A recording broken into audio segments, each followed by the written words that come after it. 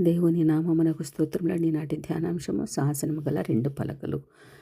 నిర్గమకాండం 31:18 ప్రకారం 2 పలకల పైన 10 ఆజ్ఞలు వ్రాసి దేవుడు మోషేకి ఇచ్చాడు. వాటిపైన ఉన్న చేవ్రాత దేవుని చేవ్రాతే అని తెలుపబడినది. దేవుడే ఆ ఆజ్ఞలను తనంతట తాను వ్రాసి ఇచ్చాడని ఇశ్రాయేలుల విశ్వాసం.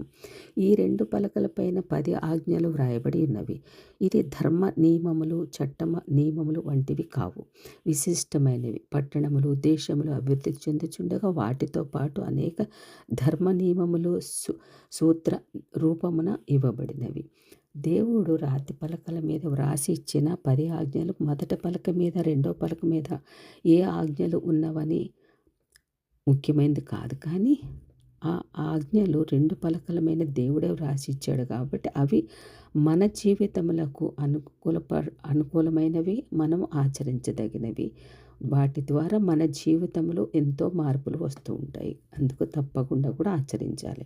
నిర్గమకాండము 24:12 అదే నిర్గమకాండం 32:15-16 నిర్గమకాండం 34:1 28 ద్వితీయోపదేశకాండం 4:13 అదేవిధంగా ద్వితీయోపదేశకాండం 1:22 గమనించగలము.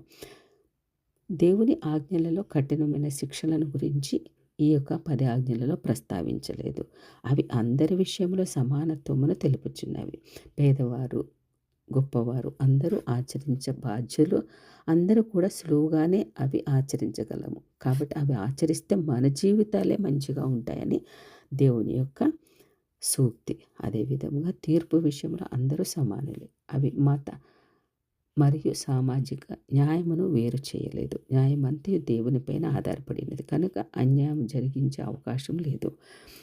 ఇశ్రాయేలీయులు ఉద్దేశపూర్వకంగా నిబంధనను మీరుట, దేవుని ఉగ్రతకు గురియగుట, మోషే ఇశ్రాయేల్ రక్షణ కొరకు వేడుకొనుట, ఇశ్రాయేలును విడవద్దని మోషే దేవుని సమ్మతపరచుట, దేవుడు ఇశ్రాయేలులతో నిబంధనను పునరుద్ధరించుట మరియు ఇశ్రాయేలీయులు మనపూర్వకంగా నిబంధనకు విధేయులగుట మొదలగు విషయములను గురించి మనము గమనించి ఉన్నామండి, చదివాము. ఆధ్యాత్మికంగా మనం బలపడినందుకు, బలపరిచినందుకు కూడా దేవునికి వేలాది స్తోత్రములు. ఆమేన్.